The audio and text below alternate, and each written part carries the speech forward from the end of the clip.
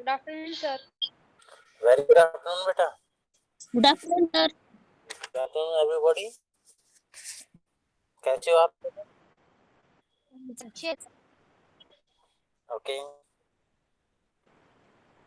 कल कौन सा काम किया था आपने?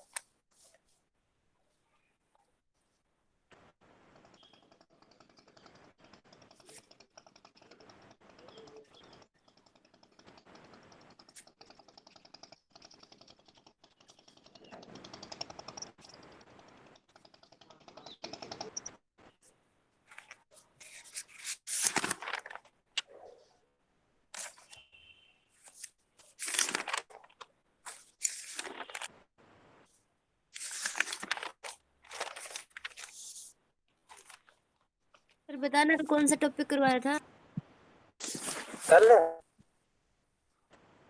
हाँ, यही तो यस हम सर, आपसे कल पूछते ज्वाइन हैं। नहीं किया मैंने। कल आपने मैंने ज्वाइन छुट्टी क्यों नहीं मांगी किया थी था? सर आपसे।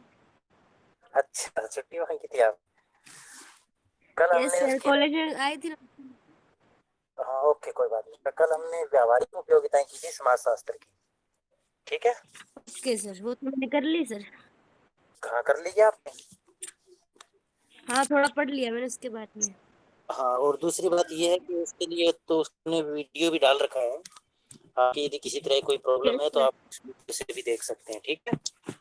और देखेंगे सर। आज हम करेंगे इसके सब्जेक्ट मैटर के बारे में, आपको इंट्रोड्यूस करवाएंगे। सब्जेक्ट मैटर का मतलब समझते हो क्या? अभी विषय वस्तु क्या है? हाँ, ओके विषय वस्तु का मतलब क्या होगा? इसकी स्टडी मैटर इसके अंदर क्या है, समाजशास्त्र के अंदर क्या चीजें पढ़ेंगे। तो वो इसका जो जो चीजें समाजशास्त्र के अंतर्गत पढ़ेंगे उसको हम कहते हैं इसका सब्जेक्ट मैटर या विषय वस्तु। उसके बारे में आज हम आपको थोड़ा इंट्रोड्यूस करवा रहे हैं यहाँ पर। तो सभी बच्चे सुन पा रहे हैं? आवाज आ रही है सही? Yes sir. Yes sir. Yes sir. Okay.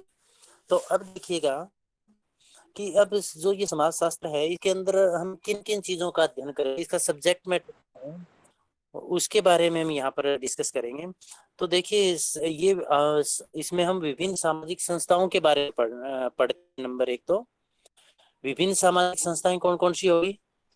सामाजिक संस्थाएं होगी जैसे विवाह हो गया, धर्म हो गया, जाति हो गया, समूह, समुदाय, इन सब के बारे में हम समाजशास्त्र के अंतर्गत पढ़ते हैं।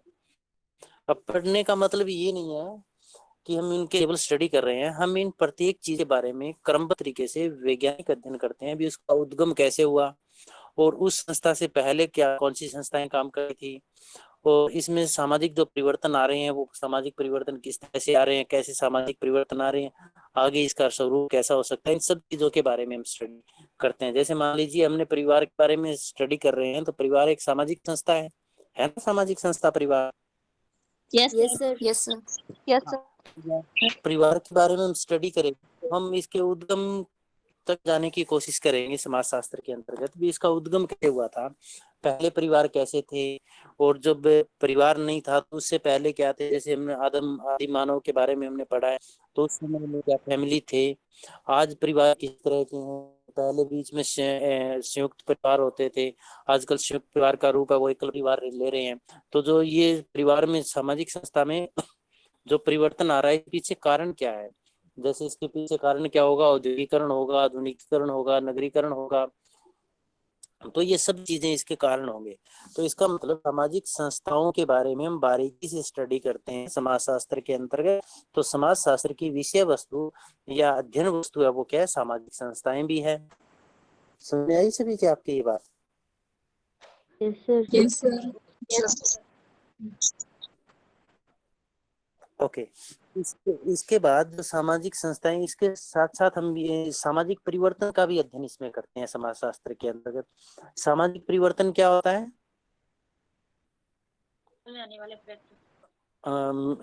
एक मैंने आपके व्हाट्सएप ग्रुप में डाला था कुछ लिख कर भी, सामाजिक परिवर्तन देखा था क्या आपने? Yes sir. ये सामाजिक परिवर्तन सही है ना? ऐसे ही हो रहा है ना? Yes sir. Yes sir. तो ये बॉयज हैं, ये ध्यान रखें। उसमें लिखा हुआ है ना, एक लाइन बड़ी अच्छी लाइन लिखी हुई है भी, ये प्रथा आज भी जारी है। इसका मतलब आप ये थे ना तो अब देखिए, सामाजिक परिवर्तन का मतलब हुआ जैसे राजनीतिक संस्थाएं हैं, शैक्षणिक संस्थाएं हैं, धार्मिक संस्थाएं हैं, आर्थिक संस्थाएं, इन सब संस्थाओं में परिवर्तन आ रहा है, चेंजेस आ रहा है। तो ये सामाजिक परिवर्तन किस तरह से आ रहा है, कौन कौन सा सामाजिक परिवर्तन हो रहा है इसमें, और इस परिवर्तन के पीछे कारण क्या है, इन सब के बारे में हम स्टडी करेंगे। संस्कृति है, संस्कृति में कितना परिवर्तन आया, खान पान में कितना परिवर्तन आया, रहन सहन पहनावे में कितना चेंजेस आए हैं। तो ये सब चेंजेस है जैसे खान पान के अंदर हम देखते हैं, तो पहले जो अपने जैसे दादा दादी, उनसे आप बात करोगे तो आपको बताएंगे हमारे समय में जो दलिया, खिचड़िया, हलवा, इस तरह के जो भोजन है वही होते थे।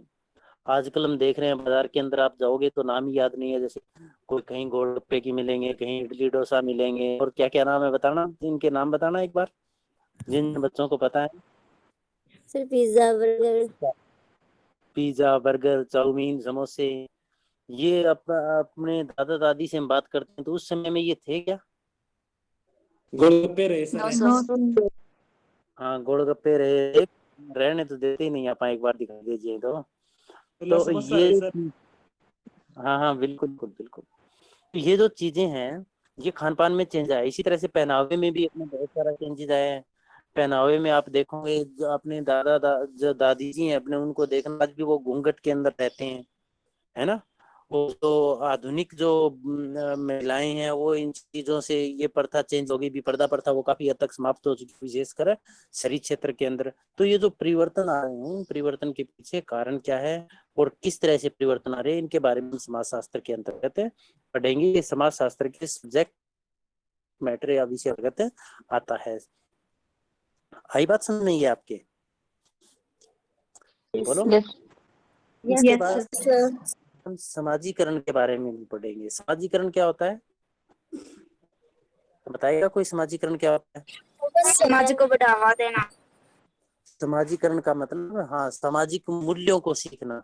अब वो सामाजिक मूल्य कौन कौन से हैं, कौन कौन सी रीति रिवाजें हैं, कौन कौन सी परंपराएं हैं, और हमारे ऊपर ये सब किस तरह से नियंत्रण रखते हैं, इन परंपराओं रीति रिवाजों का हम पालन किस प्रकार कर सकते हैं, कैसे अपने व्यवहार को उनके अनुसार डालते हैं, सब समाजीकरण के अंतर्गत आता है। मतलब सामाजिक नियमों को सीखना समाजीकरण के अंतर्गत आता है। तो ये सब हम समाजशास्त्र के अंतर्गत पढ़ेंगे, इसकी विषय वस्तु के अंतर्गत आता है। किसकी विषय वस्तु के अंतर्गत आएगा ये? समाजशास्त्र की, हाँ, उसकी विषय वस्तु आएगा। इसके साथ साथ हम सामाजिक नियंत्रण के बारे में भी पढ़ते हैं। सामाजिक नियंत्रण है वो भी समाजशास्त्र की विषय वस्तु के अंतर्गत आएगा। सामाजिक नियंत्रण से आप क्या समझते हैं, बच्चा बताएगा सामाजिक नियंत्रण क्या है?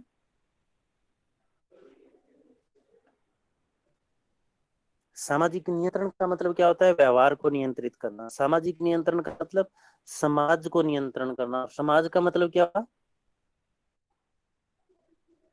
उषा, उषा, समाज का मतलब क्या है?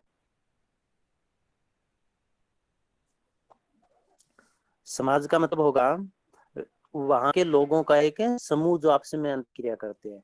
तो समाज पर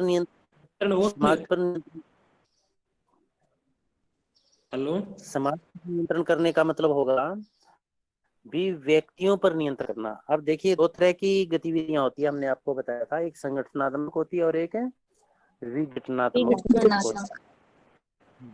तो सामाजिक नियंत्रण का मतलब ये होगा विघटनात्मक जो गतिविधियां हैं उनको नियंत्रण स्थापित करना। विघटनात्मक और कौन सी होगी बताना? विघटनात्मक के नाम? अपराध सर। अपराध हो गए, बाल अपराध हो गए,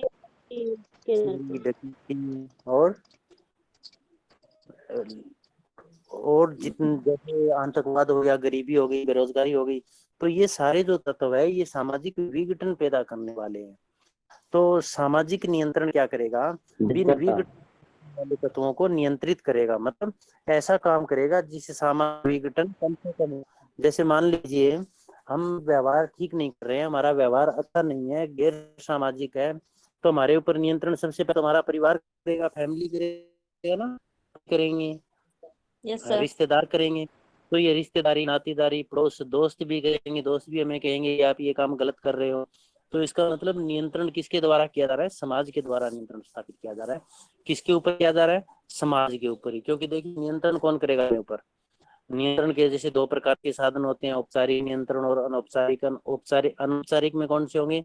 अनौपचारिक में जैसे अपना परिवार हो गया, विवाह हो गया, जाति हो गई, धर्म हो गया, दोस्त हो गए, रिश्तेदार हो गए, पड़ोसी हो गए, ये हमारे व्यवहार को नियंत्रित करते हैं। और दूसरा औपचारिक कौन से होते हैं? जैसे पुलिस हो गया, अदालत हो गए, ये औपचारिक नियंत्रण के साधन होंगे। तो ये हमारे ऊपर नियंत्रण कैसे करते हैं? यदि हम सामाजिक मूल्यों का पालन नहीं कर रहे हैं, हम समाज के भय से भी मूल्यों का पालन करते हैं, क्योंकि यदि हम भय कैसा, यदि हम इन मूल्यों का पालन नहीं करेंगे तो समाज के अंदर हमारी रिस्पेक्ट नहीं होगी, लोग में मान सम्मान नहीं देंगे, हमें पास नहीं आने देंगे। तो इसका मतलब समाज नियंत्रण स्थापित करता है किसके ऊपर है? अपने ऊपर ही नियंत्रण स्थापित करता है ना। समाज खुद के लोगों के ऊपर नियंत्रण स्थापित करता है। इसका मतलब क्या होगा भी? समाज शास्त्र के अंतर्गत हम सामाजिक नियंत्रण के बारे में पढ़ते हैं। ठीक है, सामाजिक नियंत्रण के बारे में पता चला आपको? Yes sir. Yes sir. Okay, बहुत बढ़िया। इसके बाद इसके अंतर्गत हम किसके बारे में पढ़ेंगे? सामाजिक व्याधि के बारे में पढ़ेंगे। व्याधि का मतलब क्या होता है? व्याधि का मतलब जो समाज की प्रॉब्लम्स। प्रगति में बाधा उत्पन्न। हाँ, प्रॉब्लम्स, वेरी गुड। जो समाज में मतलब तरक्की या प्रगति में बाधा उत्पन्न करे उनको हम सामाजिक व्याधि कहते हैं। इसका मतलब सामाजिक समस्याएं हैं। तो समाज शास्त्र में हम सामाजिक समस्याओं को भली प्रकार से जान जाते हैं, उनको पहचान जाते हैं, उनके कारणों को भी हम इसमें स्टडी करते हैं। तो बताइएगा सामाजिक समस्याएं कौन कौन सी हैं? बलात्कार, नशाखोरी, जाति प्रथा, हाँ, बोलते जाओ, सुन रहा हूँ मैं, बोलते जाओ। बाल विवाह, गरीबी रही सर, बेरोजगारी, निर्धनता, गरीबी, कन्या भ्रूण हत्या, एक प्रथा, बीमारी, है ना। तो ये सामाजिक समस्या है। तो सामाजिक व्याधि के मतलब ये समाज में रुकावट पैदा करती है, उसकी तरक्की में रुकावट पैदा करते हैं। तो इन चीजों का ये भी हमारे अध्ययन क्षेत्र के अंतर्गत आते हैं। ये समाज शास्त्र में इन चीजों का अध्ययन भी किया जाता है। किन चीजों का? सामाजिक व्याधि का या सामाजिक समस्याओं का। इसके बाद सामाजिक प्रक्रियाओं का भी इसमें अध्ययन किया जाता है। सामाजिक प्रक्रियाएं क्या होती है पता है? प्रक्रियाएं क्या होती है कि व्यक्ति है वो व्यक्ति के साथ व्यवहार करता है। देखिए, व्यक्ति की तय क्रियाएं वो तीन प्रकार की होती है। या तो व्यक्ति व्यक्ति के साथ व्यवहार करेगा, या व्यक्ति समूह के साथ व्यवहार करेगा, या एक समूह दूसरे समूह के साथ व्यवहार करेगा। तो ये जो अंतः क्रियाएं हैं इसी को हम प्रक्रियाएं कहेंगे। और ये इन प्रक्रियाओं का अध्ययन है वो शास्त्र के अंतर्गत हम करेंगे। ये इस विषय के अंतर्गत आता है। और ये प्रक्रिया क्या होगी? या तो हम सहयोग करेंगे या हम संघर्ष करेंगे, एकीकरण होगा, समायोजन होगा। तो सामाजिक प्रक्रिया कौन कौन सी हुई? एकीकरण, सहयोग, संघर्ष, समायोजन। इन सभी सामाजिक प्रक्रियाओं का समाज शास्त्र के अंतर्गत हम अध्ययन करते हैं। तो ये समझ में आया आपके? सर। Yes sir. इसके अलावा इस समाज शास्त्र के अंदर हम मानवीय क्रिया का भी अध्ययन करते हैं। मानवीय क्रियाएं कौन सी होती है? मानवीय क्रियाएं वो क्रियाएं होती हैं जो मनुष्य शारीरिक और मानसिक रूप से कर रहा है। शारीरिक रूप से कौन सी क्रियाएं कर रहा है? जैसे हम कोई कार्य कर रहे हैं। और मानसिक रूप से कौन सा काम होगा? जो हम दिमाग से सोचने का या हमारी विचारधारा हम दे रहे हैं, लोगों के बारे में हमारे क्या विचार है, वो मानसिक क्रियाएं के अंतर्गत आएगा। तो समाज शास्त्र के विषय क्षेत्र के अंतर्गत हम किसको शामिल करेंगे? इसके मानवीय क्रियाओं को भी शामिल करेंगे। और मानवीय क्रियाओं में कौन कौन सी शामिल होगी? शारीरिक और मानसिक क्रियाएं शामिल होगी। इसमें हम सामाजिक संगठन के बारे में भी अध्ययन करते हैं। हमने पढ़ा था सामाजिक व्याधि की, वो तो क्या था? सामाजिक विघटन के तत्व। तो इसके साथ साथ हम सामाजिक संगठनात्मक तत्व उनकी स्टडी यहाँ पर करते हैं। सामाजिक संगठन में कौन से होंगे? जो समाज में एकता स्थापित करते हैं। और एकता स्थापित करने वाले तत्व कौन से हैं? जैसे जाति हो गई, धर्म हो गया, विवाह हो गया, परिवार हो गया, समूह हो गया, समुदाय हो गया। तो ये सारी जो संस्थाएं हैं ये सामाजिक संगठन पैदा करने वाले तत्व है। समाज शास्त्र में हम सामाजिक संगठन पैदा करने वाले तत्वों का अध्ययन भी करते हैं। समझ में आया कि नहीं है आपके? Yes sir. एक सुमन नाम से बच्चा, सुमन, आवाज सुन रहे हैं आप? Yes sir. Yes sir. Suman, हाँ बेटा, आप हमें ये बताओ कि समाजशास्त्र के विषय क्षेत्र Yes. के अंतर्गत किसको शामिल करेंगे, बताना एक बार आप। जो पॉइंट हमने किए सिर्फ पॉइंट रिपीट कर दो जो आपके ध्यान में है। समाजशास्त्र के विषय क्षेत्र में हम किन किन को शामिल करेंगे? सामान्य समाजशास्त्र सर, हम्म, सामाजिक नियंत्रण, सामाजिक व्याधि और सामाजिक क्रियाएं सर। हम्म, और सामाजिक और संगठन, समस्याएं, प्रक्रियाएं, है ना, यस सामाजिक संस्थाएं, इन सब का मानवीय अध्ययन, सर। ये क्रियाएं, इन सब का अध्ययन में यहाँ पर करते हैं। प्रियंका ठीक बताया ना इन्होंने? इसके बाद देखो सामाजिक संहिताओं का भी अध्ययन इसमें हम करते हैं। सामाजिक संहिताएं क्या होती है? संहिता का मतलब क्या होता है? संहिता का मतलब होता है कानून। वेरी गुड, कानून या नियम। तो इसका मतलब ये सामाजिक संहिताओं का मतलब ये होगा भी ऐसे सामाजिक नियम जो व्यक्ति के ऊपर नियंत्रण स्थापित करते हैं, उनके व्यवहार नियंत्रित करते हैं।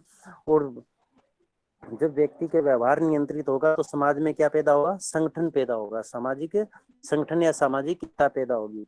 तो समाज शास्त्र का अध्ययन विषय सामाजिक संहिताएं भी है।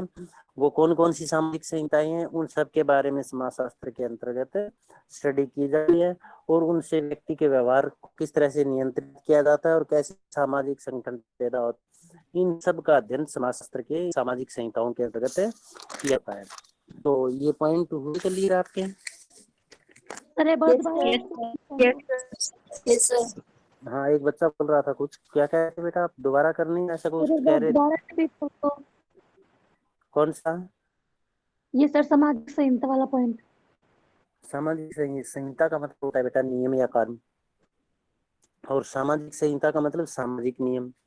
और सामाजिक नियम कौन से? जो हमारे ऊपर लागू होते हैं, हमारे ऊपर नियंत्रण स्थापित करते हैं। तो समाज शास्त्र में उन सामाजिक संहिताओं या नियमों का भी अध्ययन किया जाता है जो व्यक्ति के व्यवहार को नियंत्रित करते हैं। सामाजिक नियम कौन से? बड़ों का सम्मान करना चाहिए, किसी को गाली न दें, एक दूसरे का सहयोग करें। तो इन सब के बारे में भी समाज शास्त्र के अंतर्गत अध्ययन, इन सब का अध्ययन वहां पर किया जाता है। तो अध्ययन वस्तु या विषय वस्तु का मतलब समझे आप क्या होता है? अध्ययन वस्तु या विषय वस्तु? विजेंद्र के नाम सुना, ये बताओ, विजेंद्र के नाम से। सुमित वर्मा, सुमित वर्मा, सुन पा रहे हो बेटा आवाज? Yes sir. सुमित, हाँ आप बताओ अध्ययन विषय का मतलब क्या होता है? विषय वस्तु या क्षेत्र का मतलब क्या है? मतलब किसी चीज का अध्ययन करना है सर, क्षेत्र के बारे में। जब हम ये बात करते हैं कि समाज शास्त्र का अध्ययन क्षेत्र, तो इसका मतलब क्या होगा?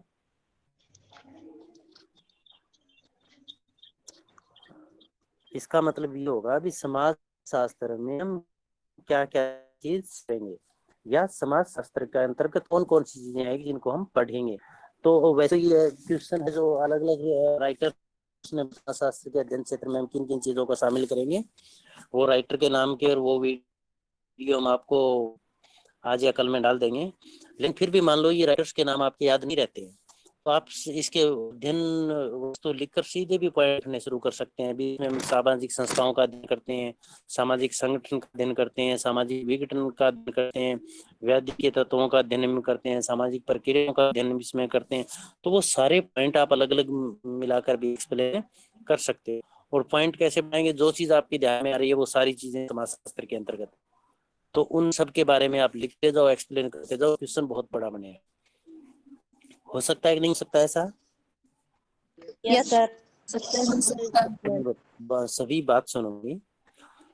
ये ना समाज शास्त्र का विषय क्षेत्र है, हमने आपको एक्सप्लेन तो किए ही हैं। इसके अलावा आप ना कम से कम 20 या 25 पॉइंट लिखो। लिखने आज भी समाज शास्त्र के अंतर्गत हम किन किन चीजों की स्टडी करते हैं, पॉइंट पॉइंट लिखने हैं आपको। समझे कि नहीं समझे? यस सर, समझ गए। Yes sir. वो फिर क्या करोगे उन पॉइंटों का? वो फिर मेरे पास सेंड करने हैं, ठीक है ना? और सर ग्रुप में ग्रुप में सेंड नहीं करने हैं। ग्रुप में सेंड इसलिए नहीं करने क्योंकि एक बच्चे ने मान लो ग्रुप में सेंड कर दिया तो बाकी तो देख देख कर लिख देंगे सारे उसके, तो फिर कैसे सेंड करोगे आप? Personal personal number. हाँ, पर्सनल नंबर पर आपको सेंड करने हैं। और इसमें भी इसके अध्ययन विषय के अंतर्गत हम किन चीजों को शामिल करेंगे, सोच सोच कर लिखना है, सोचता ना। जैसे संस्कृति का अध्ययन भी हम इसके अंदर करते हैं ना, संस्कृति का अध्ययन इसमें करते हैं। सर और मानवीय गुणों का हम इसमें अध्ययन करते हैं ना, मानवीय गुणों का। हाँ शिक्षा जी, शिक्षा भी था। हाँ, शिक्षा का भी अध्ययन इसमें हम करते हैं। राजनीति, आर्थिक गतिविधियों का अध्ययन भी हम इसमें करते हैं। तो ये पॉइंट आप जितने लिखते जाओगे और आपको देखना है एकदम से कितने पॉइंट याद आ जाएंगे, कितने पॉइंट आप लिख पाओगे। सही स्टडी तो इंटरनेट भी हो सकता है। सही स्टडी तो वही होती है ना, भी कॉन्सेप्ट हमने समझा और वो कॉन्सेप्ट समझने के बाद हम खुद अपने दिमाग से क्या चीज आउटपुट दे रहे हैं, वो सही स्टडी होती है। ऐसे मान लो सीधा हमने आपको क्वेश्चन समझा दिया, आपने गाइड से या नोट से क्वेश्चन कर लिया और फिर कहने लगे जी हाँ हमने कर लिया है, तो वो स्टडी नहीं है, नई स्टडी का वो उद्देश्य है। ठीक ना, समझ रहे हैं ना आप ये बात? तो इसका मतलब क्या होगा भी आपको क्वेश्चन, अब देखो पहले सारे बच्चे यस सर बोल रहे थे, जो मैंने लिखने का थोड़ा सा कम दिया है, इम्यूनिटी पावर डाउन आ गई है ना। नो सर ऐसा लग रहा है जैसे रिस्पॉन्स एकदम से कम हो गया था, तो मुझे लगा ऐसे जैसे मेरी आपको ऐसे लगे अच्छा काम भी करना पड़ेगा लिखने का। तो लिखने का काम तो हम आपको काफी करवाएंगे, क्योंकि जब आपके एग्जाम होंगे तो एग्जाम लिखने ही आएंगे। हाँ जी, क्या कह रहे हो? सुमन कुछ बोल रहे थे आप? तो क्योंकि एग्जाम अपने शायद लिखने आएंगे, सुनाने नहीं आएंगे पेपर में। सुनाने होते हैं, लिखने होते हैं? लिखने होते हैं। राइट करने होते हैं, लिखने राइट करने होते हैं। तो हमें फिर प्रैक्टिस किसकी करनी चाहिए? लिखने की। नोट्स बनाने की है। राइटिंग की प्रैक्टिस कराइए, है ना। और राइटिंग की प्रैक्टिस कौन करते हैं? राइटिंग की प्रैक्टिस कौन करते हैं?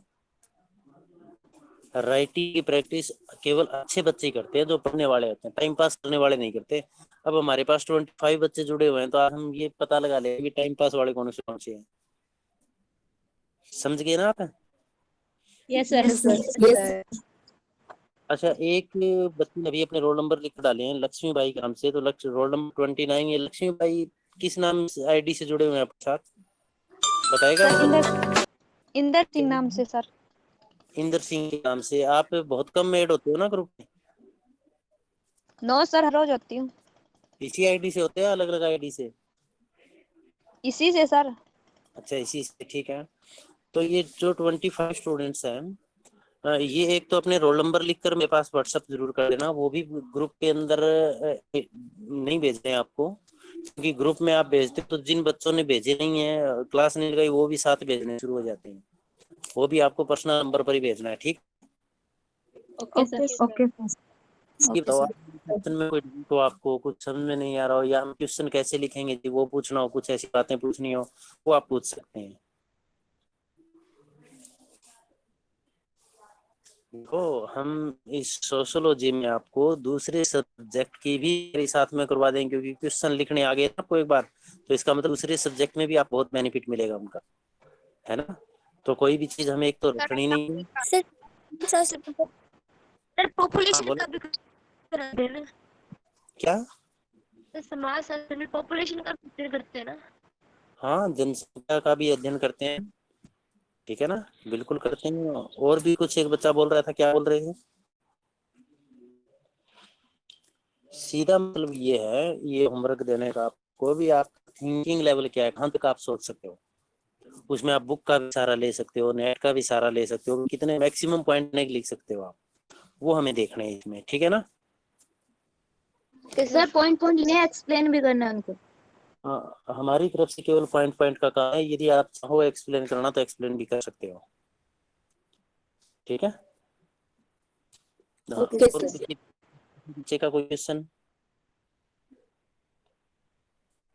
ओके, जिसको पूछना है वो पूछ सकता है, अदरवाइज 1 by 1 लेफ्ट हो सकते हैं आप। ओके, नेक्स्ट क्लास का भी टाइम हो गया होगा आपका। सर आपने पीछे कौन कौन से कोर्स कराए हैं? मैंने कल ज्वाइन किया था वो। पीछे बेटा हमने समाजशास्त्र का अर्थ और डेफिनेशन कर ली, इसकी विशेषताएं कर ली, इसका महत्व किया और महत्व उपयोगिता वो हो गई, यही लेसन हुए हैं अभी तक तो। और जो जो हमने इसके लेसन किया ना उसका वीडियो भी डाला हुआ है। वीडियो आपने वो पहुंचे हैं क्या आपके पास कोई वीडियो? यस सर, देख लिया वो। इम्पोर्टेंस ऑफ सोशियोलॉजी इसका है सर। और मीनिंग डेफिनेशन का नहीं है? No sir. है सर। हाँ तो वो ना आप ऐसे करना, मेरे पास अपने नंबर से लिख कर भेजना जी, वो वीडियो मेरे पास भेजो, फिर मैं आपके पास भेज दूंगा, ठीक है? Okay sir. हाँ, और बताइए किसी के कोई और कोई कुछ पूछना है? ठीक है, लेफ्ट का ग्रुप 1 by 1। बाय।